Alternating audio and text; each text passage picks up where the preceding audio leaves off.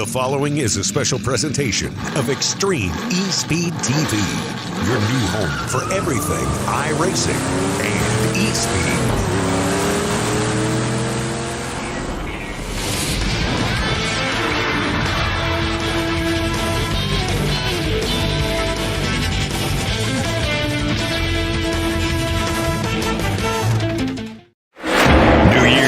Season.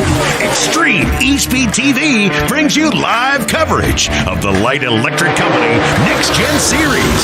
See the NextGen Series' biggest stars battle in iRacing's most competitive series. Elbows up, hammer down action. The light electric company NextGen Series, live on Extreme eSpeed TV, your home for everything eSpeed. Also, an FYI. Good evening, race fans. We are at Auto Club Speedway for race number 2 of the 2022 Light Electric Company Next Gen Series. My name is Travis Piercefield, and I am here with John Hine as we complete the next chapter of the series here at Auto Club. John, you were on the call last week after Daytona. What's your take so far on this early season? Well, I think it's going to be competitive. We saw a lot of guys give a lot of respect on the track. It was close all the way to the end. In fact, I think second was almost a photo finish for that race. But that was Daytona. That was, restrictor plate drafting, all that kind of good stuff. So, that's a whole different beast. But the big takeaway was just the amount of respect on the track that I saw between the drivers for the most part. And when you have guys that are willing to give and take like that, it leads to really good racing. And that's what I would anticipate here tonight. So Brian Miskill Jr. won last week at Daytona. That was his 8th career win in the series. Now we head west to the West Coast out in California for the L&L Appraisals Inc. 150. NASCAR's been racing at Auto Club Speedway since 1997, and now we make our stop for the Next Gen Series West Coast swing of their own. We've got Auto Club Speedway this weekend. Next Sunday, we're at Las Vegas, and then the following Sunday, we'll be at Phoenix Raceway. All of those on Extreme eSpeed TV. John, do you have any favorites coming as we come to this 2-mile oval out in California? I would have to say, to beat the man, you gotta, to beat the man, you've gotta, be the man. But Brian Miskill there, he won last week. He's currently slotted in at P13. You know what? He's top of the board and until somebody knocks him off, and that's who I'd keep my eye on here. But you see some guys, almost 2/10 quicker here in qualifying. 100 Tate, Brian Littleton, Chris Medford, Brian Snare, all in the teens. So you know what? I think anything can happen here. It'll be interesting. Like I said, a different style of racing here, so we're going to probably see a different cast of characters that this track will play into their strengths. As we've got qualifying currently going on the track, we are connecting into that right now. So hopefully here in a second, we'll take a quick break and come back with some qualifying for today's L&L Appraisals Inc. 150.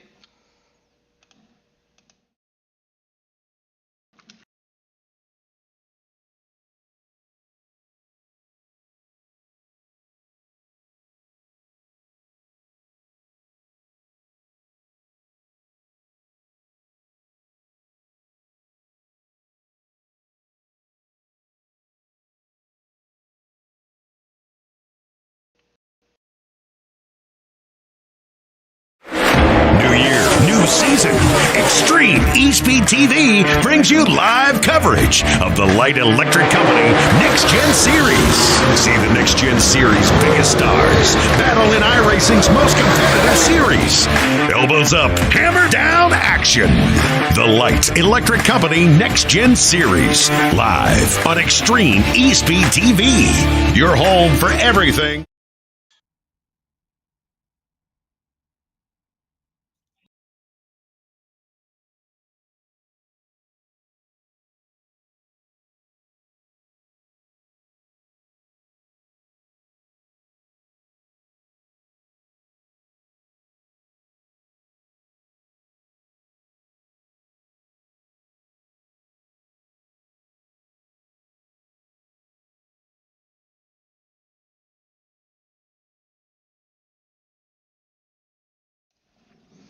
And welcome back to Auto Club Speedway. Qualifying for the Next Gen Series is complete. We've got a top 10 for you. Hunter Tate ended up with P1 spot with his 41.10. Second was Brian Littleton. Third, Chris Medford. Fourth, Brian Snare. Fifth, Nathan Bishop. Sixth, Chris Berg. Seventh, Craig Herman. And actually, let's just go straight to the starting grid, John. John, and take a look at those qualifying results. Anyone jump out to you for a quick lap here around during their qualifying run? Yeah, the top two, actually top four there were significantly quicker than the rest of them. So, there was a little bit of separation. I thought that might be a little bit closer judging on the practice times here, but there, being a 2-mile track, the draft will come into effect. So that's going to pull the field close. I think it'll be fun to watch them get sorted out here the first couple laps. We had a group towards the back that didn't put in qualifying time, so it'll be interesting to see what kind of speed those guys have moving forward, and if any of them are quick, which I have to think they are, to watch them kind of make their way through the field. It's going to be interesting, too, as a lot of focus in the NASCAR Cup Series has a new car this year. This series for the Light Electric Company Next Gen Series uses the Xfinity car, which a lot of weekends, I think a lot of race fans agree is the best race of the weekend. So as we go through this season, it'll be very interesting to see how these cars handle. As in the NASCAR Cup Series, a lot of the shift of focus is how that new car handles, while this series sticks with the car that they know will know how it handles, know how it races, and know that it puts on a great show. Which, speaking of great show, John, we have a phenomenal crowd here at Auto Club Speedway today, and I think everyone here is ready to get rolling as Hunter Tate and Brian Littleton lead us to green here shortly. Absolutely. Southern California weather here early this part in the season, this early on the calendar. Always good to soak in some rays and that California culture. Yeah, we have our 2-mile oval. We're out here in Fontana, California.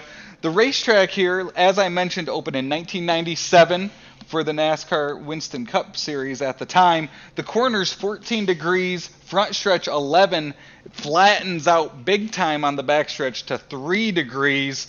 As you can see, the current temperature 65 degrees, a little bit of humidity, and thankful to all our sponsors as the teams roll out on the field, getting ready to take this to green here shortly. Yeah, and this is the time where guys are rolling off and are probably the most nervous here. You don't want to be that guy in turn one, and all of us have been there. God knows I've caused a pile up turn one, lap one by myself. So, but yeah, it's always in the back of your mind to get started here, and I think it'll take a lap or two to get guys settled in, get the tires to where they're under you. They feel really good. This track will present two unique challenges coming out of turn two. If you got that guy on the outside of you and you try to get that little bit more, you can tend to push the nose, go up the track, and maybe get into him. And then in turn four, you have the exact opposite. You have that guy on the outside. You try to get a little bit more, put a little bit too much foot into it. Next thing you know, the back comes around. Can you talk a little bit while racing here at Auto Club Speedway, what it's exactly like to come off a 2 and then flatten out on that backstretch? It's a neat transition that you as you come out, it doesn't really upset the car too much as to I think the real life counterparts, but it can get you in trouble quick here though if you've got too much foot into it. Awesome, and it looks like the pace car is in.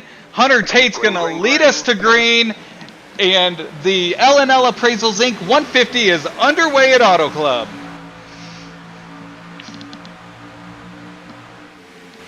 Side by side as that top 5 looks to pull away slightly going into 1 and 2. It's Hunter Tate as they come through 1 and 2, and he will lead them on to the backstretch.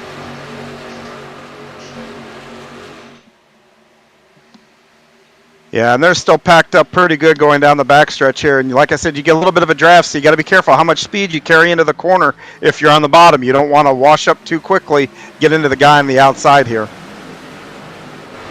We've got some movers through the field. Justin Rigsby's already up to 6th. He started 11th. Very good restart. As you see, some guys get together back in the pack.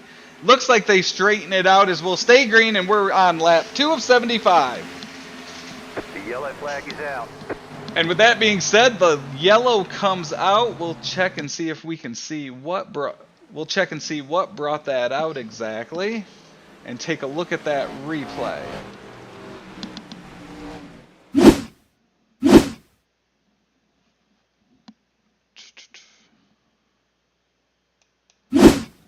Doesn't look like it pulled anything there. Like I said, Justin Rigsby up 5 spots. Dustin Ping currently in 18th. He's moved up 6. And then one of the guys that I believe may have been towards the back of the pack on the qualifying there, Matthew McMeekin, up 11 spots. He's up into 22nd now. As Hunter Tate was able to pull away, that top 5 group really got nose to tail there, John, as we got that race underway. Yeah, and you see that a lot, especially in cup racing. First 5 guys just want to get away and whatnot, and it gets to be more passing towards the back, and that's just because a lot of times guys have to check up a little bit for the guy in front of them. You maybe get into the corner, which will back them into the cars behind you. Whereas the leader can just run his line, run it all out, so to speak. As long as he's got pace, which obviously qualifies on the pole, you've got pace.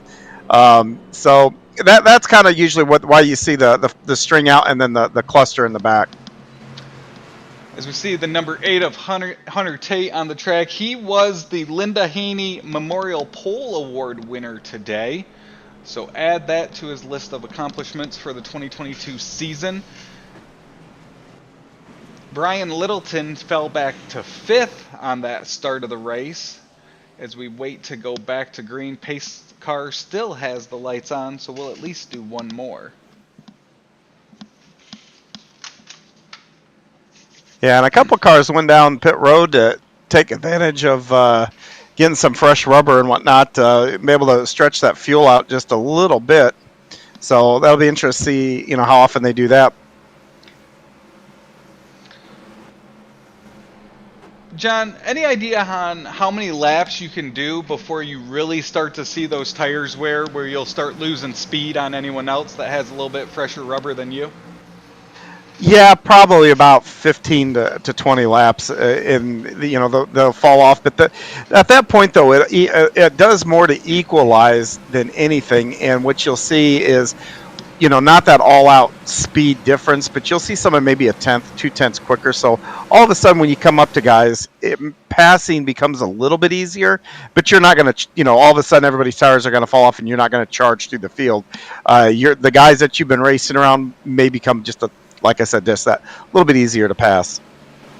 We'll look up and down the field. Currently in 10th is Brian Miskell Jr. He was our winner last week at Daytona, current points holder or points leader as we head into race number 2. Season's early, but he's collected quite a few wins on this series, and then of course it's great to start the season with a victory as well. Yeah, that's the best way to start it. You get the big mo behind you right off the bat, and you can feel good here, at least for the first couple weeks, and then, all of a sudden it'll start, that little clock in your head will start going off. Okay, I got to get another one. As we come around, complete another lap under caution. Pace car lights are on. We'll see if they flick off this time around. They do, and we will go back to green. 75 laps around Auto Club Speedway, 2-mile track. You can do the math. 150 miles for racing tonight. We've got Hunter Tate out front. Chris Mefford will start right next to him. And we will be back to green shortly in Fontana. Of course, thank you everyone for tuning in to Extreme eSpeed TV Network tonight. We cover all of the LEC NextGen series all season long. So make sure you subscribe to the channel. And we will send out reminders each race. We've also got the Cool Ray Pro Late Model Dirt Series. John, I know you're very knowledgeable of that series as well. All those races are right here on Extreme as well. Yeah, slinging the dirt is a lot of fun on those nights. So I hope we put on a good show, which I think we do. And, anybody out there listening, you get a little more racing fix throughout the week between these guys' races. Come check us out. The iRacing pace car leads the field through turns 3 and 4. Tate Mefford will lead us back to green.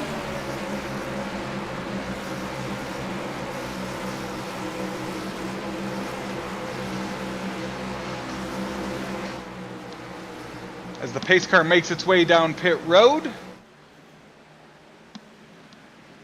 Green flag. And we are back to green at Auto Club. Side-by-side racing, second through back. Tate will pull away as he heads into 1 and 2. And extend his lead as Mefford and Bishop are side-by-side for second. The rest of the field starts to single out as Bishop's able to get up in front of Mefford as they come off a 2. Yeah, behind the leader, they're fighting for that, second, third, fourth, fifth spot, and now the group behind him are more in a single line, but 2 by 2 for second through fifth there. Very racy in the top 15 there. Once you get past that, you definitely start to see some of the drivers single out as they try to make some laps around this 2-mile oval. 3 wide for second, almost going into turn 2 there. Looked like Mefford went down on the apron there at the start-finish line, and that opened the door to the outside as Rigsby and Bishop both tried to get to the outside of him. Yeah, you can get away with doing that here. And in fact, to qualifying, a lot of guys will go down there just to get that little bit, that extra, maybe, fraction of a second. But it works. We'll see that again in Vegas, too, next week. Also something to think about, we've got our Mission 22 Hard Charger Award tonight. Couple guys already standing out. That Justin Rigsby up to second as he hunts down Tate, has moved up 9 positions from the start, and he looks fast as they go into 1. Yeah, these guys carry a lot of speed going down into the corner, 175, 180 mile an hour, depending on, they might even go a little quicker in the draft. So, yeah, when you get down there and they make that corner, you do have to, you don't necessarily jump on the brakes, but you definitely have to manage your corner entry and getting through there.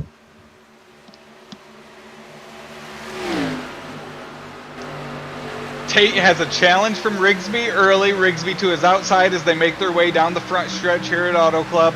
Looks like Rigsby has the advantage. We'll see what happens as they head into turn 1 as they get up over 190 miles per hour heading into turn 1 here at California. Yeah, 2 different lines. You see Tate there on the bottom, and you see Rigsby just a little bit higher in the corner there, and you see him kind of get that run coming off the corner. So you're seeing 2 different styles at play here, and it's providing some good racing early on.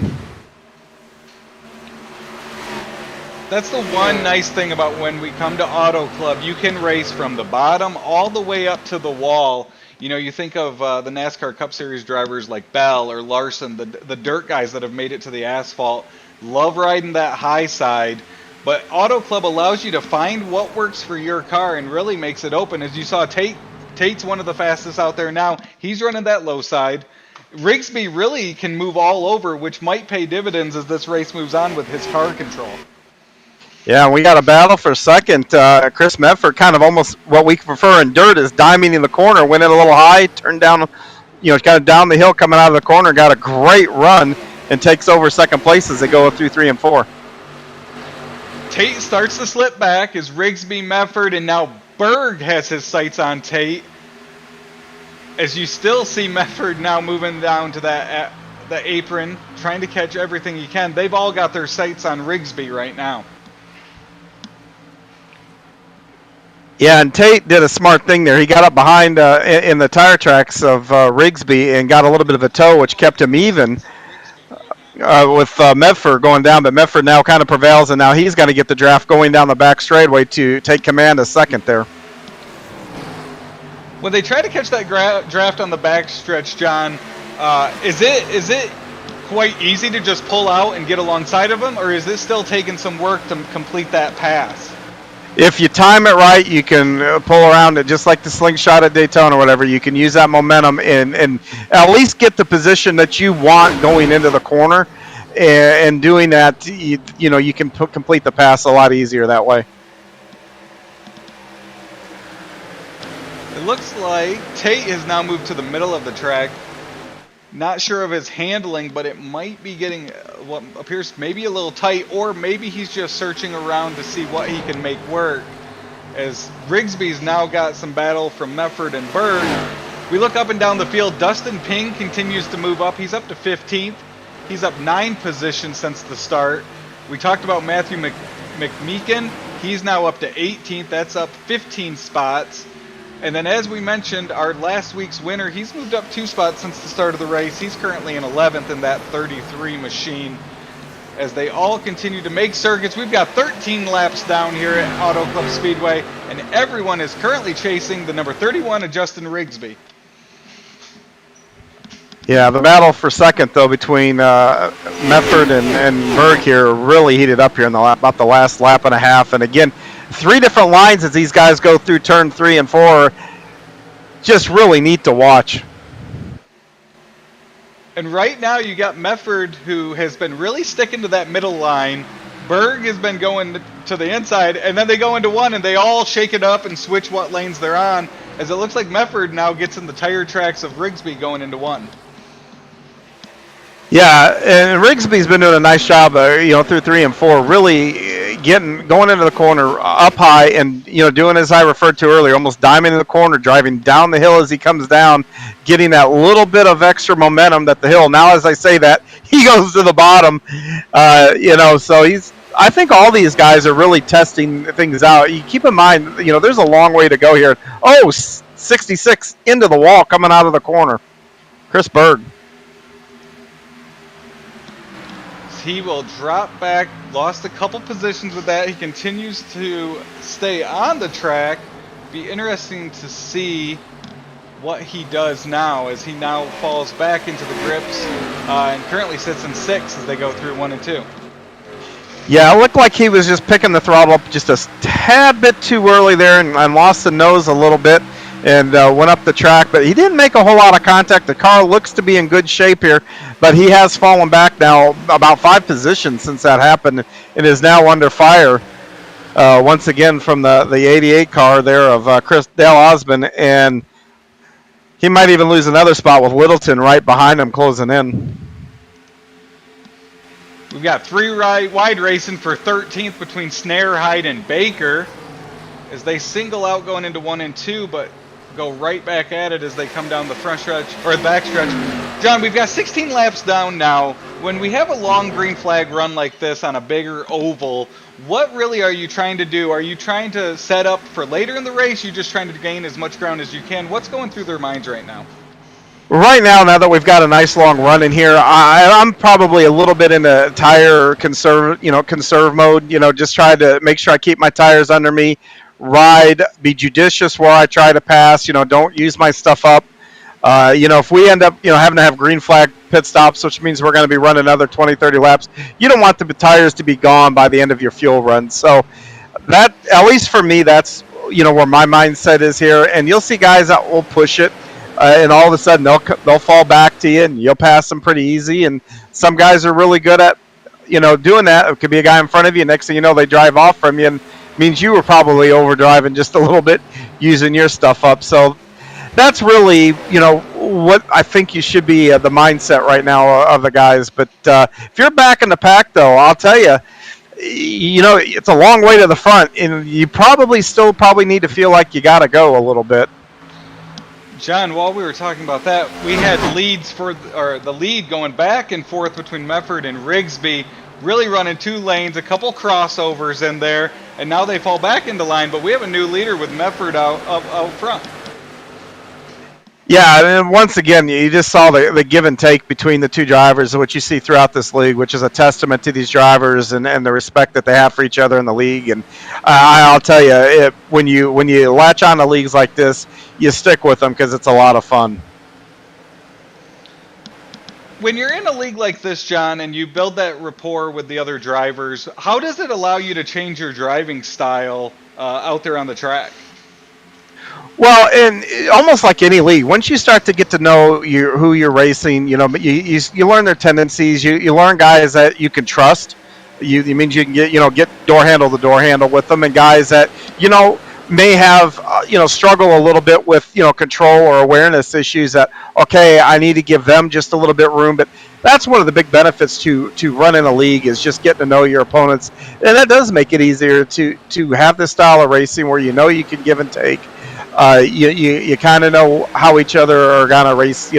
if you got a guy that's really aggressive that likes to block, you don't want to put yourself in a bad position this early in a race. So there's a host of things that it really benefits to finding a group like this and running with them. We're currently looking at 11th, 12th, 13th, and 14th. As Berg got into the wall, he's fallen back to currently 11th after running up front. He's running back there with Steve Baker, who's up 10 spots to 12th. And then also Brian Miskell Jr., who won last week. But talk about trusting those around you and being able to make some passes. They've been side by side back there, flopping those 3 spots for quite a few laps now. Yeah, I'm watching the battle for 5th right now. You've got a cluster of guys all trying to get the spot, and I'm watching. I saw some contact made last time into one between the 45 and 69 car, and as soon as they made contact, you could see Craig Larman there get out of the gas and let the 45 of Brian Snare get it gathered up there, so there wasn't an accident. And that illustrates the point we've been making here. It definitely does, especially with the trust, the give and take. I think the big thing is realizing we're 20, 21 laps into this thing. You're not going to win the race next time by the start-finish line. So that give and take, one, will pay off now, but also it allows you kind of to regroup, reset where you're at, and either continue making your way up the track or resetting and at least putting yourself in a better position later in the race. As the 69 tries to go 3 wide through 1 and 2. Yeah, and you see the seams on the track, and just like the Fox broadcast the other week, you treat each one of those lanes there, so to speak, between the seams, and you can drive them 5 wide here, and 3 wide isn't that big of a deal. And yeah, you just saw an attempt to make it 3 wide there. It's also, I've been seeing a lot of guys, I saw it off 2 the last time. A guy tried to make a move on the inside. His nose kicked out a little bit as they made that transition. So you're definitely dealing with a lot here. Not even just the air off the cars around you, but as the track changes, and especially as the track transitions throughout, going into 2, and then definitely making some ground up through 3 and 4, keeping up that speed. Yeah, and the longer we go here under green, the guys that are all on the bottom, keeping their car under them, especially the rear under them, is going to become more and more difficult. The cars are going to want to slide around. That back's going to want to slide around. They're going to have to adjust their corner, maybe back the corner up a little bit. That means getting off the gas a little bit earlier once you enter the corner, and even having to wait maybe a little bit later to pick the gas back up. And if you do any of that too early, all you're doing is eating those tires up more, and your car is just going to continually handle worse and worse and worse. It's interesting looking through the field as our ticker up top currently has best laps after 24 laps out here. There's some guys middle of the pack. Guys we've talked about, Matthew McMeekin's now up to 16th after gaining 17 spots. He's got one of our fastest laps of all the drivers. Rigsby running up in 2nd has been fast. The fast cars are starting to move up through the field. Yeah, and that's the nice thing about this track being so wide. If you've got a hot rod under you and you can, got some pace, you can make passes. You don't necessarily the bottom's clogged and I've got to wait for somebody to make a mistake. Jump up high, you can go around them, or go through the middle, we're seeing a battle here for 2nd place here really heat up also. And, man, it's just fun watching these guys run all over this track.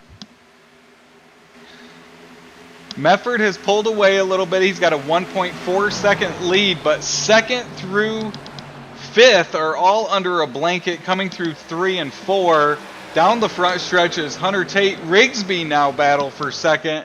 Bishop and Littleton have been fast all day as well. It'll be interesting to see as this race goes on, John, if there's any issues on pit road or any bobbles like we saw with the 66 of Berg. Once you go back in the pack, does your car handle the same way? Is your car as fast if you get back there in some dirty air? No, it's not. And while these guys were out on the track earlier, I kind of ghosted a little bit, which in iRacing speak means I climbed in my car and nobody could see I was there. And took quite a few laps to feel the cars out, feel where you could run. But I did take a couple of mock runs at pit road, and I'm going to tell you, you carry a lot of speed coming out of turn 4, and that yellow cone on pit road, which is the pit road speed commitment cone, is pretty early. And I won't be a bit surprised if we don't see a few guys make mistakes. They're trying to get into pit road and getting those cars woed up before that cone. As 2nd through 5th continue to battle side by side, nose to tail, we're going to take a Blackhawk Motorsports shake and bake in-car ride with the number 80 of Brian Littleton, currently in 3rd position. So he's on the inside, John, here. He's now moved up. He's part of that front group of side-by-side with Hunter Tate. What's he looking to do here as he's on the inside around this track at Fontana?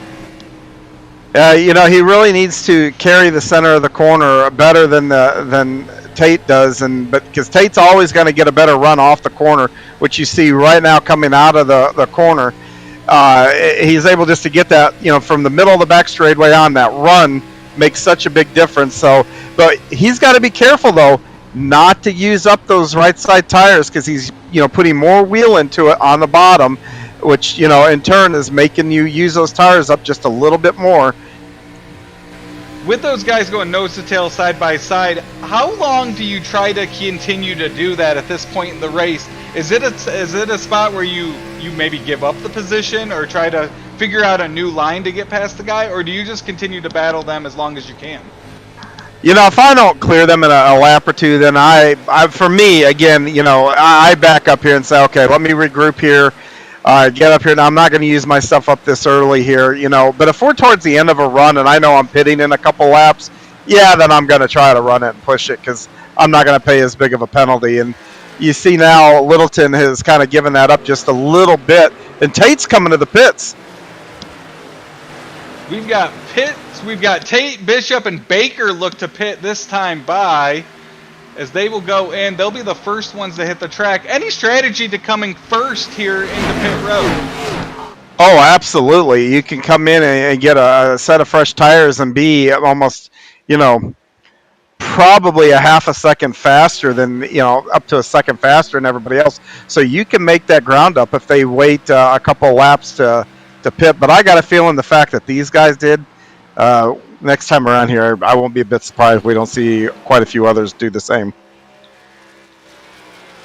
It looks like Medford is going to stay out at least one more lap. It will be interesting to see how they cycle around, as some of these fast cars we've already seen will be first on the track. They'll be the ones with fresh rubber and try to make up ground on these leaders. Yeah, and much to my surprise, the pack has gone by pit road, and I only see maybe one or two other guys. One guy that has come down pit road here. So, wow, I'll be interested to see how that plays out once it all cycles through and exactly where Tate comes out. It looks like Tate, Lerman, Baker, Bishop, Blankenship are the first 5 off of pit road after that first group came in. We saw Lerman move up through the field that first run, so it'll be interesting to see, now that he might gain some track position and get some even on pit road, what he's able to do with the leaders, as the leaders continue to stay out. Yeah, they do. The whole field does. And I'll tell you, though, the gap between first and second has shrunken a bit between one lap to the other. So, maybe that Tate was holding them up, and maybe Tate had used his tires up a little bit early and felt like he just needed a pit. But like I said, I think the laps he's turning right now are going to be significantly faster than what these guys are turning. So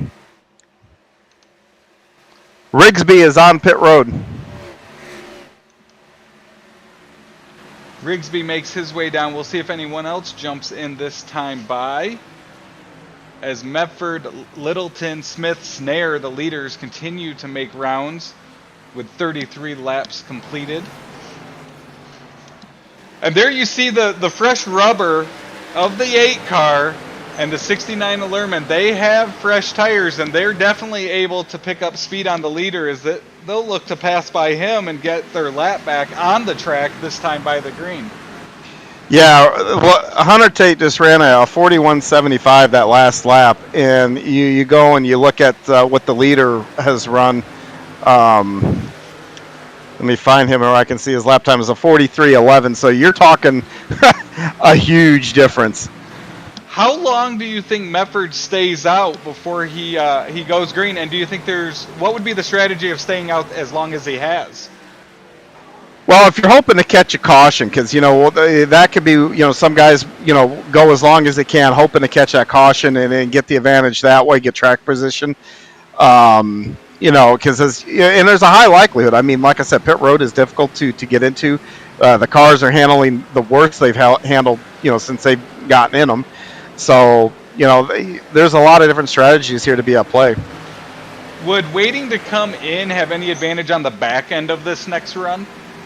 It could, if it comes down to a fuel mileage race, I mean, with being a 75 lap race, you start counting it backwards here, and we're on lap 35. If you want to be able to make it on one stop, you need to get to about lap 70, pit around lap 70, or excuse me, lap 36ish, 37ish. So that could be what he's doing to make it one stop, whereas these guys that just pitted are most definitely going to have to make it on two stops. As he makes his way through 3 and 4, Littleton got by him, so now he'll slide in behind him as Littleton and Mefford now lead the pack. Neither one is pitted at this time. Hunter Tate, Lerman, Baker, and Bishop all were able to get past him as we cycle through. They're in 1 and 2, making up ground on the field. Mefford ran a 43.53 there, and you go and you look at Tate's lap time, 41.63. So you're talking almost 2 seconds now quicker. I don't know how much longer he can go here, but like I said, if he's trying to get to that, where you can only do it one stop, that can definitely have an advantage. And it looks like they come off of 4. They continue to make their rounds. We'll wait for green flag pit stops to cycle through. Still plenty of guys that haven't made their way down pit road yet. Some guys that have taken advantage of this. We've got Roy Hyde in the 00. He's up 14 spots to 5th currently. Dustin Ping, we've talked about him. He's been fast all day, even before this round of green flag pit stops. He's up to 9th. He's in the top 10, moving up 15 spots. And then also we've got Matthew McMeekin, Troy Radford, up 23 and 21 spots, just outside the top 10 currently. As Hunter Tate, Lerman, Baker, Bishop, all have made pit stops. They currently sit 25th through 28th. So we'll see how they make their way up through the field once everyone else makes their way down pit road. Yeah, and they're now working lap 38, so that pit window for them to do this on one more stop just opened up. Littleton has the lead. His last lap was a 42.89. We talk about Baker, Tate. They are in the 41s. So a couple seconds plus now on the leaders as Littleton, Medford, Smith, and Snare plus Roy Hyde make our top 5 currently at Auto Club Speedway.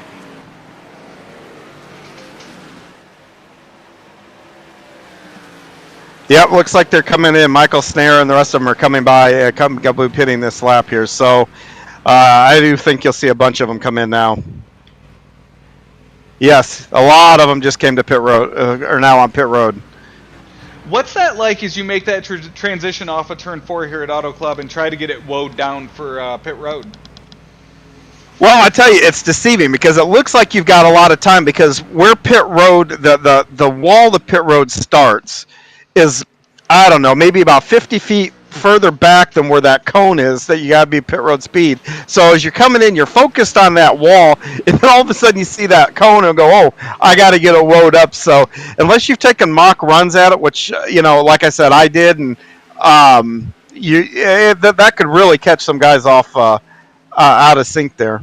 And Medford came in hot there. Littleton had it woed down. Medford made up a ton of ground, getting slowed down right to that line as he entered pit road.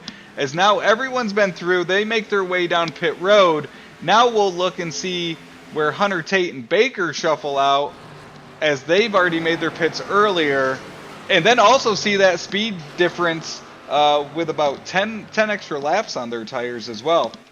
Yeah, and right now Tate is at the line here as these guys are still on pit road, so he's going to have a huge advantage now. Probably gain 8-9 seconds on these guys, but he is going to have to pit again. So, we'll have to see. And, we're not going to know how it's going to play out, until it does here. So one interesting thing you had is you had Tate, you had Lerman, Bishop, Baker, Blankenship all come in together. They've been nose to tail since. Lerman and Tate were able to stick together and really pull away, and I think that, in addition to the fresh rubber, was one of the things able to make them gain so much ground on the leader. Yeah, utilizing that draft to gain an advantage here, and Tate comes through, cycles out in fourth. So that tells me maybe a couple other guys have not pitted yet. But I think when it's all said and done here, everybody is going to cycle through. We did have some guys go down pit road, remember, for that early caution there. So, it'll be interesting to see here. I think that they'll need caution laps, I think, to make it. If we get a couple of cautions, you know what? Those guys that pitted that 10 laps early might be able to swing a one-stop race. But I'll tell you, if I'm in their shoes, you definitely don't want to see a caution right now, because now you got 10, 12 laps on your tires. These guys that have just come out only have 1 or 2, and they get to make up all that time. That's going to put them at a pretty big disadvantage. So when they cycled through, we had Gordon Larson Jr. take the lead for a little bit. Now it's Justin Walters, as he's the last driver to make a pit stop here, as he's got the 54 Monster Energy machine. And now we've got Hunter Tate up right behind him. With Walters pitting, it looks like we'll cycle through, and Hunter Tate will take over the lead. Yeah, and I'm going to look at Hunter Tate's time here at the line, then cycle back and see what some of these other guys that just pitted here, see what their lap times look like, and get an idea of the difference here. He ran a 42.23.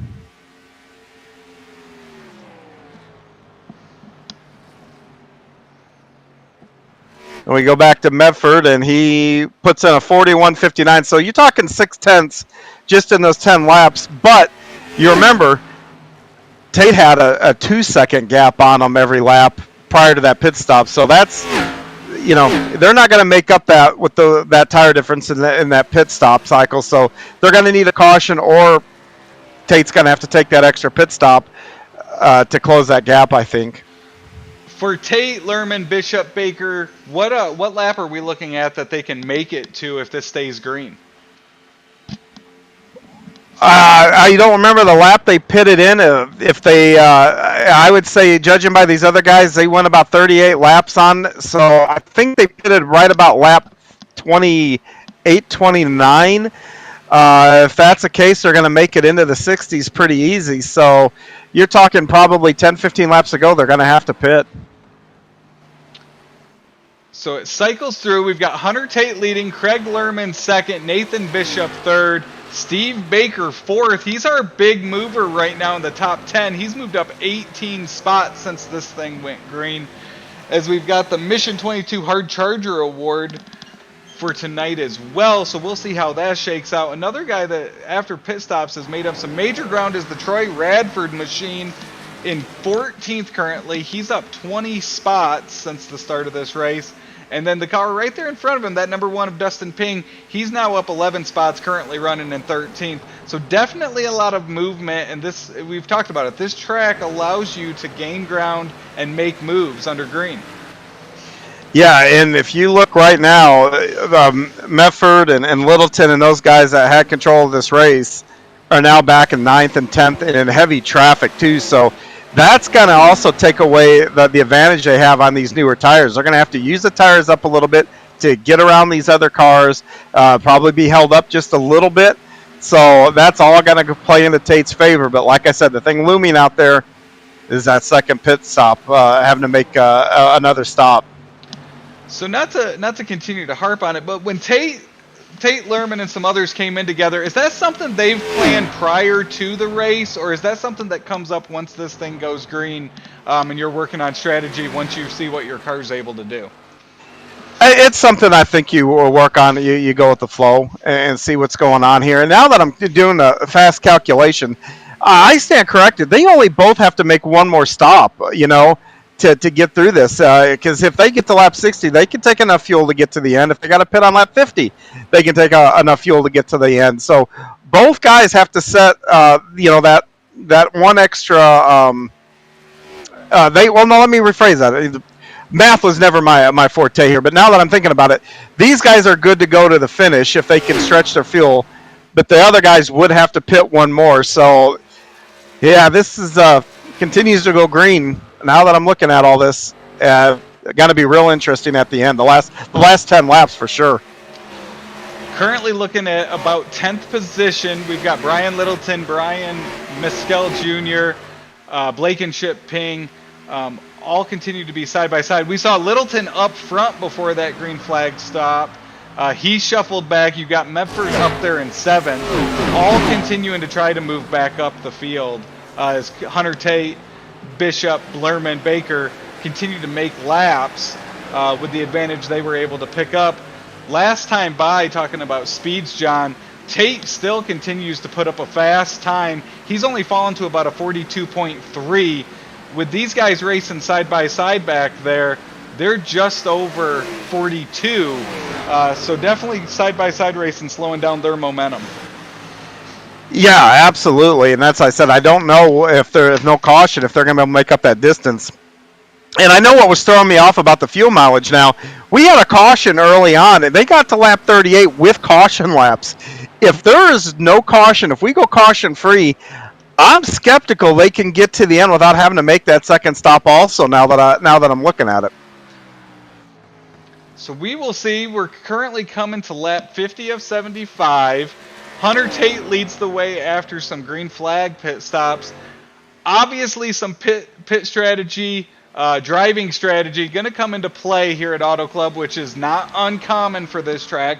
Plenty of fuel strategy races, tire strategy races have been completed here. And it's nothing different here for the Light Electric Company NextGen series.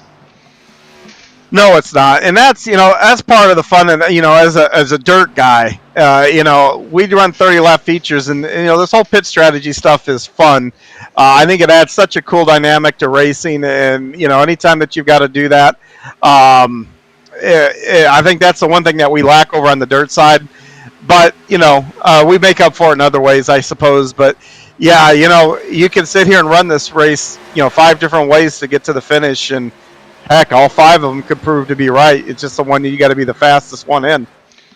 Well, and like we see either with the Xfinity series or this NextGen series here, where you're at, the dirty air, the tires, when the cautions fall, all of that can really shake it up. Even if you look at the NASCAR Cup Series tonight, the guy you thought was going to win it with 30 laps to go ended up not even being a factor at the end. So we'll wait to see what happens here, both on green flag laps, as we've now got 25 laps to go. Some guys going to need some pits, maybe a caution, shake things up, but we will see what happens as Hunter Tate continues to lead here on Extreme eSpeed TV. Yeah, I'm looking around the field. We got a couple of battles. The one you've been focusing on there, recently, that 8th, 9th, 10th, and a little bit further up the pack there too, with position that 5th and 6th position. You don't see anybody though. I mean, they're in line. They're not really challenging each other. Just seems like they're all riding right now and waiting to see how this is going to shake out here. But I can tell you, they're having fun in those cars because you can move all over here and do something a little different every lap. Well, it's interesting you say that because with 24 laps to go, eventually they're going to start to flip that switch and try to put that extra behind it to try to make up ground here, as it looks like Steve Baker makes a dive to pit road as we were following him. He's our first to come in here. Any strategy to this, or does it look like he got into the wall maybe too? He possibly got into the wall. If that's the case, might want to get that, the sheet metal pulled off or whatnot. But if he's just trying to do, if it's a pure strategy here, he's going to come out. And I don't know if the leader's times have fallen off enough for him, because he'll lose a lap to drive back around to make sure he's on the lead lap. But, like I said, you can do a lot of different things here to get to the end. And Tate, the leader, makes his way Yeah. on pit road. I will admit I'm a bit surprised here. We'll see, and they're going to have to now. If these other guys don't have to pit, they're going to be locked into the end of this.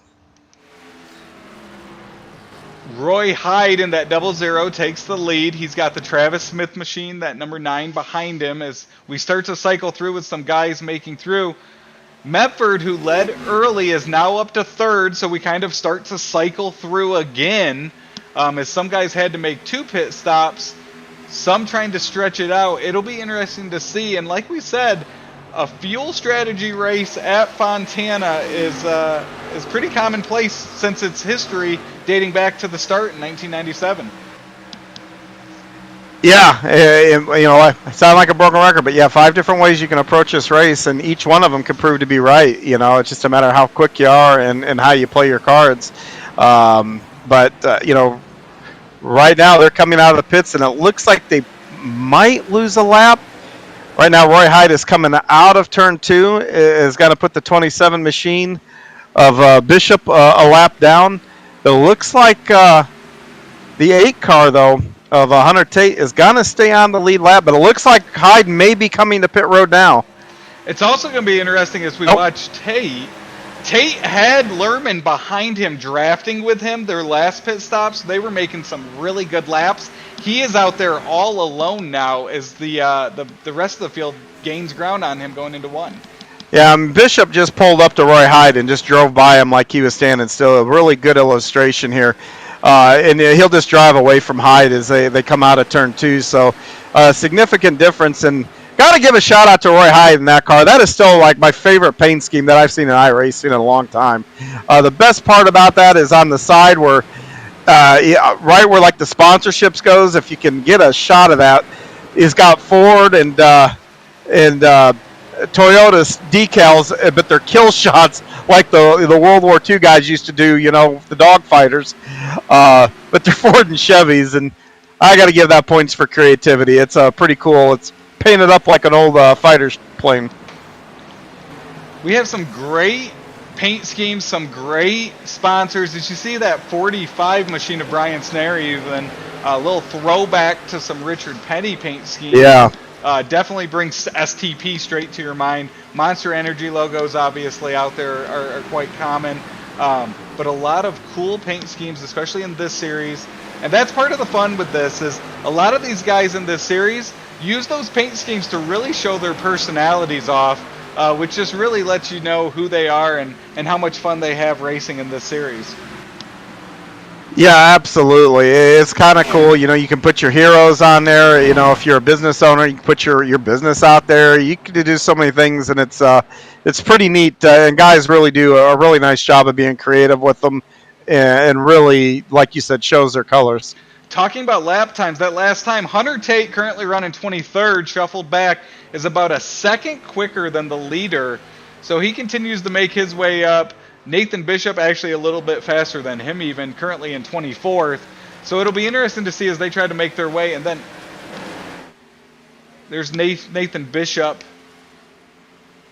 Him and Hunter Tate currently running 23rd and 24th very fast right now. About a second faster as they try to make up ground on the field. Yeah, and they're doing a really nice job here, but looking forward here now to the lead here. And Travis Smith is caught up with Roy Hyde here a little bit, looking to the inside down the backstretch. I kind of wonder if some of these guys aren't going to try to back off just to make sure they got fuel to the end here, because I kind of feel like I've been watching Roy Hyde lift a little bit earlier into the corners, but that could also be because of tire wear also. But you see the 46 now of Medford close right in on Hyde and go low here and going to also make this pass. So Medford was fast earlier. He's made his way back up through the field as he makes his move on the inside on Smith and Hyde as they go into 1 and 2. And looking at the pit situation, it looks like the earliest pit in the top 12 is Stott LeCaux in 13th. He pitted on lap 37. Everyone else was 37, 30, or 38, 39, 40. So all kind of on even ground when it comes to gas and tires.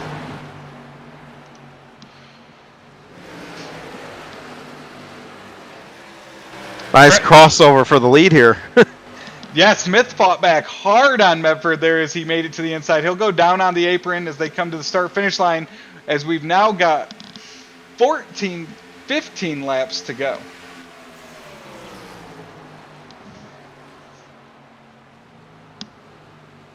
Well, I tell you, if I was one of those that did a late pit stop trying to get this on one stop, I would be hugging that white line around that corner, you know, making the shortest distance, trying to use the least amount of fuel as I can to complete a lap. But, man, this battle for the lead, they are just going back and forth at each other. I don't think there's any fuel saving here the way these guys are going at it. Well, that's been what's cool today here at Auto Club is we've seen a mix of drivers race up front and battle, and the way they can go back and forth, race the track, race each other has been exciting. But it's been also cool to see that it's not always the same guys up there. It doesn't matter who's racing together. They're able to race, make some good moves on each other, and keep it clean for passing. Yeah, and once again, another one. Here we got a crossover, and I'm just ready to yell slide job. I just want to yell slide job at this point. That's about the only thing we're missing here. These guys are just crisscrossing lap after lap. What a great battle here between Medford and Travis Smith here. When you think about 2-mile ovals across the country, they make for great side-by-side racing, crossover moves. But we've also seen some drivers make some last-ditch efforts as they go into 1 and 2 or go into 3 and 4 on the last lap, give everything they can. It doesn't always work out, John, but it at least gives you the opportunity to make that all-out move. Oh, the Rutgers are leading. The yellow flag is out. Oh, and that's going to bring out a caution, and that will change everything. Wow. So our leaders there get together. We will take a look at that real quick here as we cycle through.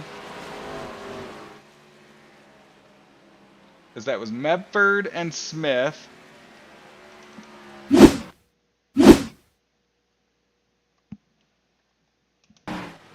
And it looks like Medford just got into that left quarter panel of Travis Smith, and he was not able to hold on as they made their way coming through too. Yeah, that had a look of the 9 went in and washed up just a little bit, and I think the Medford probably anticipated he'd stay in that second lane, but the 9 came down just a little bit, not so much to block, but try to defend, I think, a little bit on a crossover. And I think it just scrubbed more speed than what Medford, because they had carried a lot more speed than what they just did through that corner. And I think just a slight misjudgment there. But you see Medford almost lift and brake to not really shove him all the way around there. But, when you're running that close, those speeds, slightest mistake can have a pretty profound effect. So the caution comes out with 12 to go, and as you mentioned, this changes things as we reset. What do you expect to see as they make their way down the front stretch here this time by? Well, here they all peel off to get the pits. So how many come in, and is Tate? The big question I'd say is Tate? I have to think he has to stay out because they made it back to the lead lap. He's going to go back towards the front. Now the difference in the tires. Oh, Tate is pitting. So the first 26 have all come in. It looks like the first to stay out might be Nathan Bishop, who was running right behind Tate. He's in too. So plenty coming in for fuel and gas, or tires and gas, and we'll see how this shakes out as they come off of pit road. Yeah, the only reason I can think Tate might be coming in is I'm going to be watching his car to see if the left side jacks up or if they're doing right side tires only. And it looks like they start to come off. Roy Hyde will actually be first off pit road.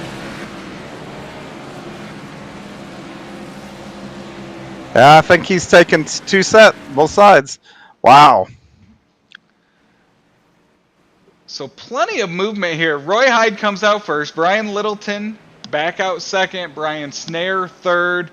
Brian Miskell Jr. fourth. Brandon Medford fifth. Travis Smith, part of that caution, now out on sixth. But then we look back through the field. Hunter Tate still back there in 20th.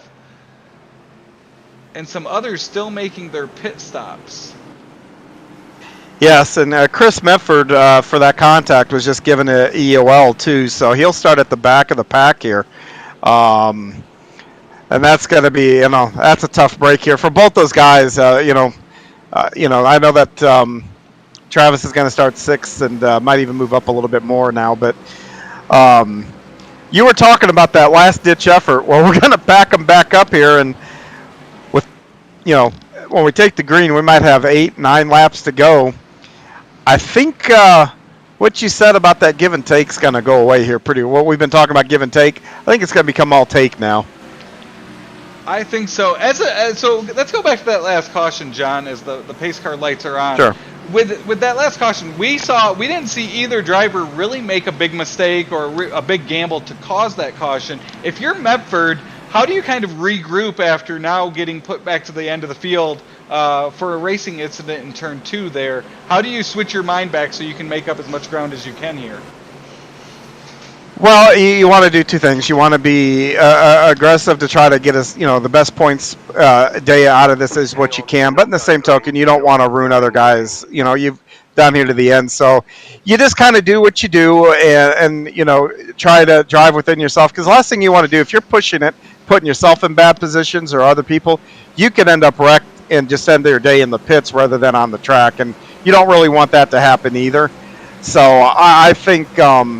You just got to shake it off and move on. So we'll make at least one more lap. They wave off the green flag this time by. As you look at the field, John, anybody sticking out with you as a favorite to come out of this with a checkered flag? Well, I tell you, with the little amount of laps that we have, I would say, you just kind of watch those first 4 rows. But I would keep my eye on that Travis Smith there. Even if I don't know, if they're if you talk about the other guy needing to shake stuff off there, Medford from that incident. Well, he's got to shake that off too.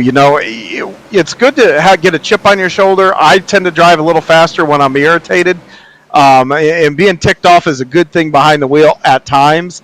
But he's got to be patient here. I mean, none of these guys in front of him are going to roll over and let that go back. And Travis has had a really fast car, so. I would look at him and Littleton too, for that matter. So I think it's going to be a really neat finish here. Pace car lights are off as we're about to go back to green after our latest Willis Landscaping caution. 9 laps to go. If you're watching on Extreme eSpeed TV, jump in the chat, throw out your pick as we make this final, what could be a final shootout to the finish. Also, if you're watching. Make sure you subscribe and like Extreme eSpeed TV. We've got plenty of racing here all season long. We've got the entire Light Electric Company NextGen series all year long, so make sure you subscribe and follow along. We're thankful to have you joining us tonight, as it looks like Roy Hyde, Brian Littleton follow the iRacing pace car through 3 and 4 as they come to take the green. And Travis, real quick, look to the outside of row 2. Last week's winner, Brian Miskell, he's right here in contention to go for 2 for 2. Great point as now Hyde and them come out. The pace car dives to pit road.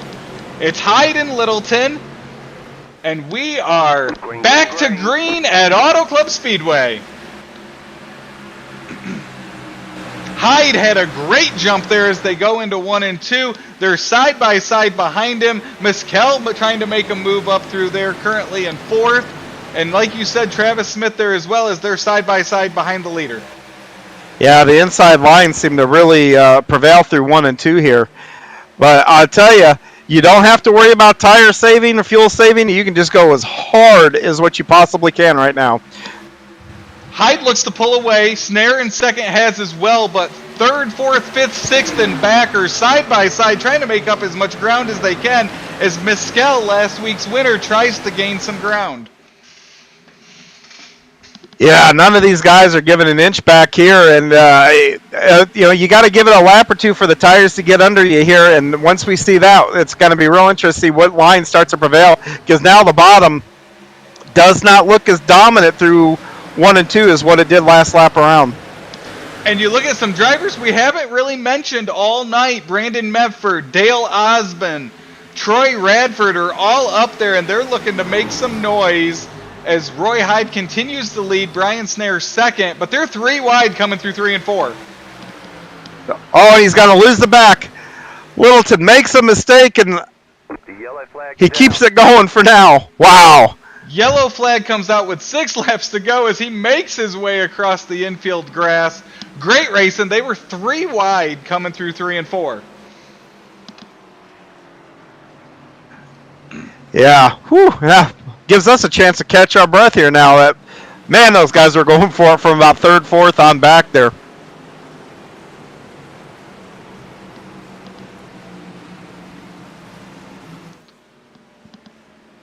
Let's take a look at our latest caution presented by Willis Landscaping. Littleton, they were 3 wide there, lost the back end. You were all over it, John, as we watched him come through. Caution came out. We'll reset him. We've currently got Roy Hyde first, Brian Snare second, Brandon Mepford third, Dale Osbin fourth, and Littleton in fifth. Yeah, Littleton looks like maybe we'll be getting his spot back. I'm kind of wondering now if there wasn't some other trouble back a little further in the field there. You see Mitchell Snare has manually disconnected.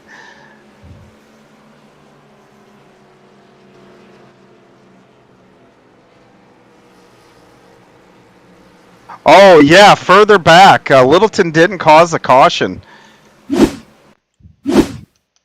Let's take a look at this further back in the Ray Radford, right in the middle of 3 and 4. I think they tried to go 5 wide. It looked like they tried to go 5 wide.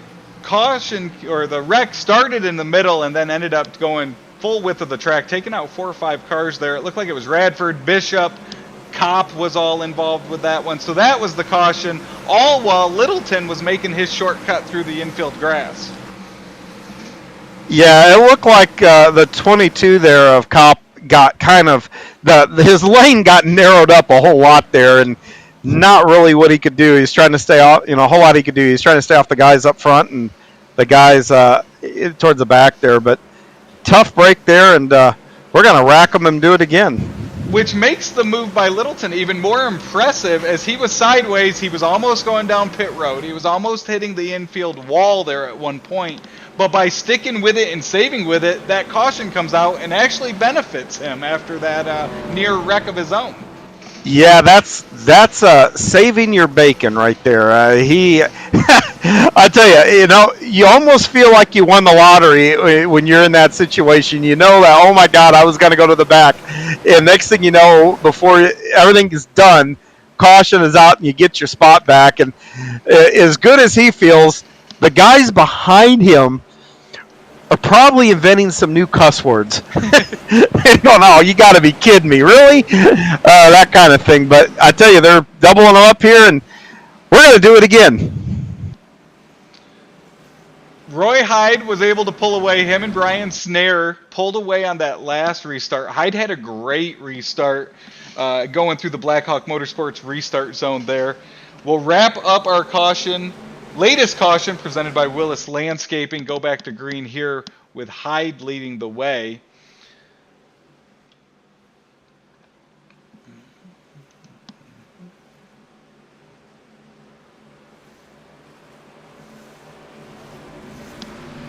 Travis Smith struggled that last restart. We brought him up. He fell back to 8th. Radford's up to 7th. Littleton will remain in 6th. As you mentioned, last week's winner, Brian Mescal Jr., he's in the top 5 currently. So we've got 4 laps to go. Plenty of action left as we try to complete the L&L Appraisals Inc. 150 here at Auto Club Speedway tonight. Yeah, once again, I'll be interested to see if they got a few laps on those tires, if that bottom line is as dominant on the opening lap. If so, you look for those 3 guys in the first 3 rows on the bottom to probably each of them to maybe gain a position here. iRacing pace car lights are off as they come out of 4. He'll make his way down pit road. They make their way to the Blackhawk Motorsports restart zone. And Roy Hyde has us back to green. Another great start. The 83 of Brandon Medford follows him as the 45 and 88 of Dale Osbin are nose to tail on the I side going into 1. Yeah, I think that third row was caught sleeping there a little bit. They got fell back, but now it looks like you're looking at a 4-car battle here because there's a good couple car length difference between the top 4 and everybody else. Roy Hyde was able to get a great restart through that Blackhawk Motorsports restart zone. 83 was able to follow him up as they now lead the field as the top 4 are nose to tail. Through 3 and 4, some great battles throughout the field as we stick with the leaders, as Hyde will come to the start-finish line, now 2 laps to go. Yeah, the flagman's got the popsicle sticks up in the air. They're signaling 2 to go, and we still don't have a clear-cut winner here. These guys are all really pushing the envelope now. I watch them getting really loose coming off the corners, which means they're really pushing hard. We got a caution, it looks like. Looks like we have another Willis Landscaping caution. We'll take a look back. It looks like Joshua Caudell. We'll go back and see what we have.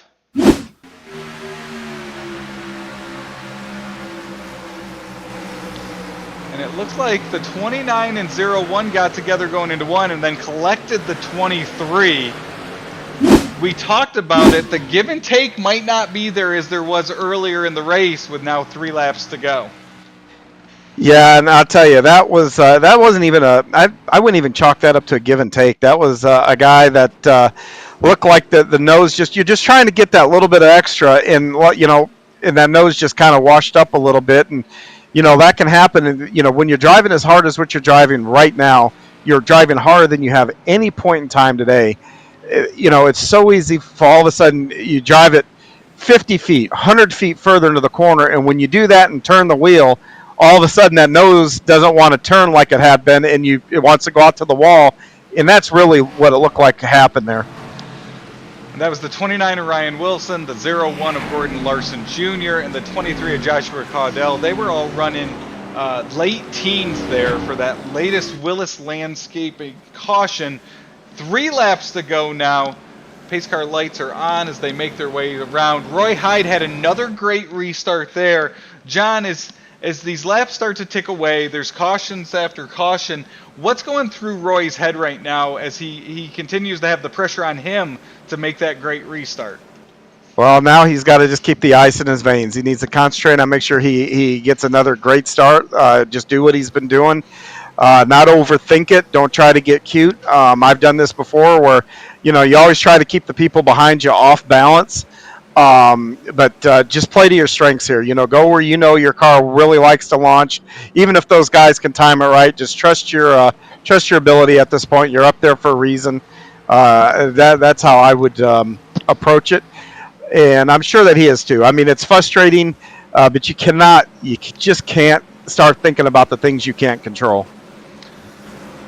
We talked about him a little that last restart. John, the guy I have my eye on here as we go back with 3 laps to go is that number 88 of Dale Osmond. He's meticulously made his way up through the field. And that last green flag run, he really made some ground on some drivers. He'll restart now right behind Roy Hyde on that inside line. I think he's someone that we should be watching here these final 3 laps around Auto Club. Absolutely, and I think that bottom is a preferential starting line. So he just needs to make sure he's hooked onto the back of that 00. Follow that pretty girl that's on the bumper of that car and down into turn 1. And I tell you, you never know. Then after that, use that draft to try to set yourself up for a sling slap pass. This is a green white checkers, so your time is limited here. You got to get it done. You got to get it done quick. As you mentioned, Brian Mescal back there in 5th. He won last weekend at Daytona in that 33 machine. The 45 of Brian Snare, he's ran top 10 all night, very consistent, running in 4th after starting 4th. So as we've seen 3 different phases of this race today, John, really the 45 of Snare has been able to stay up front through each phase. And he's currently running top 5. As the pace car turns its lights off, we'll go green next time by. Yeah, and how can you not pull for a car that looks like that? I mean, that Richard Petty, the Petty blue, the old school paint. It's amazing, that car, just jumps out at you in any track it shows up to. So, but, you got a lot of guys up here that are all fast. Like I said, green, white, checkered. You get whatever you got to do. You're going to have to do it quick. My favorite thing about that Petty Blue is that it came out of just by accident.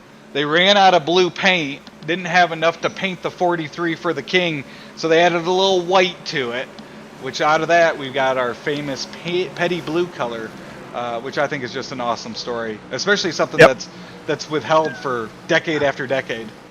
Yeah, and if you look at the trunk lid and the bumper, it says for Becky. So Becky, if you're watching, thank you for watching, and hello out there. iRacing Pace Car has his lights off as they go through 3 and 4. He'll dive down into pit road as Roy Hyde, Brandon Medford go through the Blackhawk Motorsports restart zone. We are back to green at Auto Club, and Roy Hyde's able to jump out as they cross the start-finish line with a great restart for the 3rd straight time.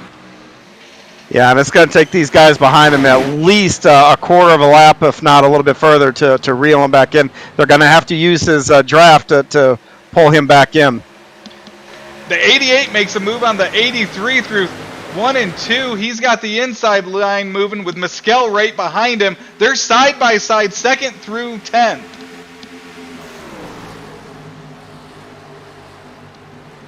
The leader moved out against the wall down the backstretch and pulled that outside line up. And now he went down low here. Now he's going back up, and he's, I don't know, either purposely or inadvertently given one line an advantage and then another. Hyde continues to lead. Medford single as he takes the high side. Behind him, you've got the Osmond 88 and the Snare 45 side by side. Mescal tries to come up to join their group and battle for 3rd. But Roy Hyde will take the lead, and he's got it down the backstretch at Auto Club. Yeah, but look at the Brandon Medford right here. The 83 has got him right on almost his bumper here. He's close enough to make a really good run on him if he can utilize that draft to his advantage here. Medford will try to go Hyde coming out of 4 as Hyde makes it down the front stretch, and it's going to be Roy Hyde for the L&L Appraisals Inc. 150 at Auto Club Speedway. Yeah, it looked like the 83 of Medford was trying so hard. He pushed a little bit coming out of turn 4 there, and that was about all she wrote. But what a good run for these guys. What a great race overall. Fantastic racing all from the beginning to the end here tonight. Like we talked about, it had 3 different phases where we saw different guys running up front, different guys moving up and down through the pack. Cautions fell there at the end to really reset the field and give us the opportunity for such a great finish. And Roy Hyde's able to claim his first victory of the 2022 season. Yeah, and Brian Mescal, again, he'll finish P4, but 2 top 5s with that win to start the season. Fantastic start for him for the season. And just I was saying to touch on a guy that we followed for a good part of the race, Hunter Tate, was able to come back and finish P14 there on that final run. Had Tate in 14th, Lerman in 12th. As let's take a look at that finishing results here. Roy Hyde first, obviously, there with Medford second, Brian Snare third, Mescal fourth that we mentioned. Troy Radford, a great run for him in fifth.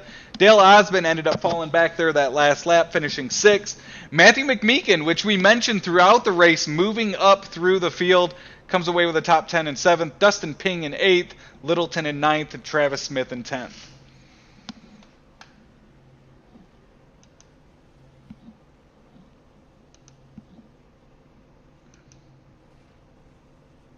Yeah, Travis fell back a little bit there on that last start. I don't know if he picked up damage or what the deal was, but he definitely did not have the pace that he had early part of the race there. So Roy Hyde brings it into Century Victory Lane. Second race of the year, picks up his first win. Looking through the field, I think we've got plenty of guys to look at. We'll end up giving the Mission 22 Hard Charger Award to Troy Radford. Radford picked up a top 5, moving up 29 spots through the field, and claimed a top 5 here in the second race of the year. So we will wait. We've got some driver interviews coming up next. We'll wait for them to get out of their cars, debrief a little bit, and then we will talk to some of our participants here at Auto Club Speedway.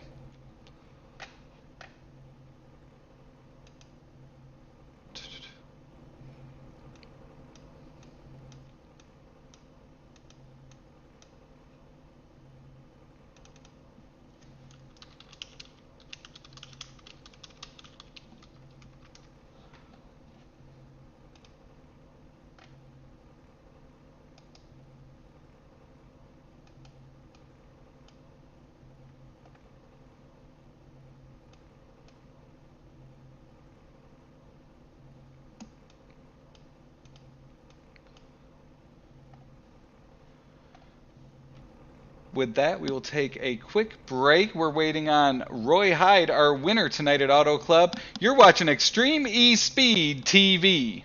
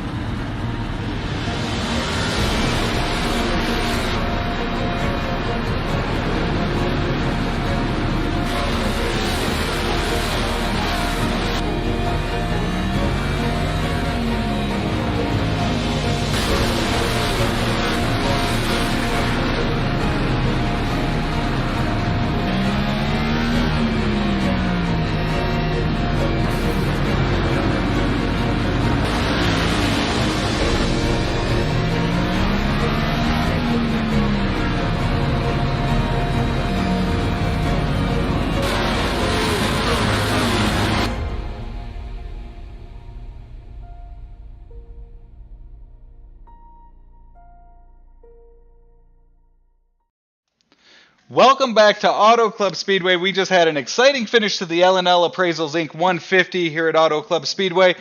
We'll throw it over to John, who's got our winner in Century Victory Lane. Yeah, I'm here with Roy Hyde. Just a great performance tonight, Roy. And walk me through your race a little bit here. Slow and steady won the race. I was hugging the bottom, running the Harvick line and saving tires because normally you get good long runs here, and tonight was that. We had green flag pit stops and everything, so I was on the long run, save your stuff strategy. Well, we saw a lot of different strategies playing out. We saw the leaders at the time pit. There was a group of guys that pitted really early. What went through your mind when you saw them dive down? Probably good, I don't know, almost 10 laps before what you guys needed to. Honestly, it's why in God's name are they pitting? Because I was one lap short of making it on one stop at that point, and I knew I could save it. So I just wire all those guys pitting. I ever said it to my other teammates on the radio, and nobody knew why. So I got you, but I tell you, you know what? You guys made it work, and it was a great race. Were you surprised by the long green flag runs? Did you that plan into your strategy, or like out of the get-go, or did you have to kind of alter what you were going to do as the race went on? That's normally my strategy. Is long green flag runs is normally what I start off with because it's easy to adjust fire from there if we need to. But if you prepare for them and all of a sudden the caution comes out, you're really not at a big loss. But if you start driving real hard early and start burning the tires off of it, and it turns out to be a long run, you kind of shoot yourself in the foot. So normally, most of the time, I'm planning on a long run unless something changes. Well, I'll tell you, the other thing you overcame too, though, was at the very end that little rash of cautions there, that last, 8-10 laps there. How did having to re-rack them and do it over and over again, did that affect you, or did you just stay steely-eyed and just kind of went forward? Well, I was confident as long as I wasn't side-by-side going into one, that I'd have a little bit of breathing room coming out of two with them, and that was the case for most of it. But it was nerve-wracking, do not get me wrong, because anything can happen, especially if this thing's real slick on new tires, and diving it into one, you can bounce it off the wall relatively easy. And I was just going through my head of the scenarios and how to not do that. Now I tell you what, you did a perfect job, textbook to effort there. Anybody you want to give a shout out to? Oh, Dirty Air Racing, the guys that we work with, GM Dirt, Justin, Travis. We're working really well together. We got a lot of stuff that we've been doing practices lately, and it's starting to pay off a lot, bouncing ideas off of each other. Always thank the wife, because without her, I probably wouldn't have half of what I got right now. She stands behind me pretty good. You guys up in the booth putting on a hella good show, and race admins, especially here lately with the rule changes and stuff. We've made some moves on the fly that I think is going to better the league, but there's going to be growing pains, and everybody's pretty much supporting it. So everybody all around on the admin team. Oh, very good. Congratulations again, Roy. That is Roy Hyde, tonight's winner. Thanks, guys. That was John with Roy in Century Victory Lane after picking up the victory. Next up, I've got Brandon Mefford here in the pits. Brandon, after starting 12th, you made your way, ended up with a second place finish. We really talked about how there were 3 phases to that race. Could you kind of talk us through how your day out here in Fontana went? Yeah, I kind of like Roy. At the start of that race, I knew a lot of guys were going to be aggressive and try to march their way to the front. And they're in practice. We got a couple 20-lap runs in, and those guys would come back to me. So start of the race, I just wanted to conserve tires, wait on that green flag run to show up, and then, march my way towards the front, and then hopefully be there at the end. And luckily, some things went my way, and made it through the pit stops, and we were up there in the front and brought it home second somehow. With all those cautions back to back there at the end of the race, you kept chipping away at it, moving up closer and closer. What's your mindset as you have those cautions? What are you trying to do? What moves are you trying to make as you had those chance after chance there at the end? So you really just want to take what's given to you. So luckily, Roy was getting some really good starts there. That lane that he was in, I kept being in that lane, so I got to get by some guys on the high side. You could really drive it off down into 1 on a restart and hold it. So if I could get a car or 2 past there on a couple restarts, I knew I was going to have a shot up here, at least a top 3 or a top 4. So really, that was my only mindset, was to keep it clean, not get sideways and spin out in front of the field like a couple cars did there on that restart, and keep it in one piece and see where we could end up. Well, Brandon, thanks for joining us tonight. Congratulations on a great run out here at Auto Club. Is there anyone you want to give a shout out to before we wrap it up down on pit road? Yeah, again, I want to congratulate Roy for his win.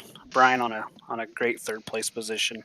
Him and I swap positions a lot during the race. And then I'd like to thank Light Electric and all the sponsors for the league, all the admins, you guys for the broadcast. Like to thank my team, Falcon team, and then all of our sponsors, Lucky Fin Project, Southern Conservation Trust, Race for Riley, Concerns of Police Survivors, Lake Erie Entertainment, Ellie's Place out in Michigan, and Zoey's Place here in Indiana, and my family, and just all the drivers for showing up each week and putting on a great show. Well, congratulations on that runner-up finish. That's Brandon Medford finishing second today at Auto Club. Thank you for your time. Thanks, guys. So, John, we end up leaving Auto Club Speedway with an exciting race, our second winner of this young light electric company NextGen series. What's your takeaway as we now head to Las Vegas next Sunday night? I tell you, everything that I thought about this league is confirmed. A great group of guys that actually know how to race and race each other clean, and that's going to provide a lot of action. We're going to yet a different kind of track. We were on a plate track week 1. Week 2, we're on a big 2 mile. Now we're going to go to a mile and a half, which a majority of the schedule will be our mile and a half. So, then we'll go to a mile after that. We'll go to Phoenix, but it'll be interesting to see different track, different type of track, see if we get a new cast of characters or if it's the same guys. But no matter what, I expect the racing to be top notch. Awesome. Thanks, John. It was a pleasure sharing a booth with you tonight. Thank you, race fans, for tuning in and watching with us here on Extreme eSpeed TV. As mentioned, we've got the Light Electric Company NextGen Series back next Sunday at Las Vegas. March 20th, we'll be there at Phoenix Raceway with them. And don't forget, we've got the Cool Ray Pro Late Model Dirt Series.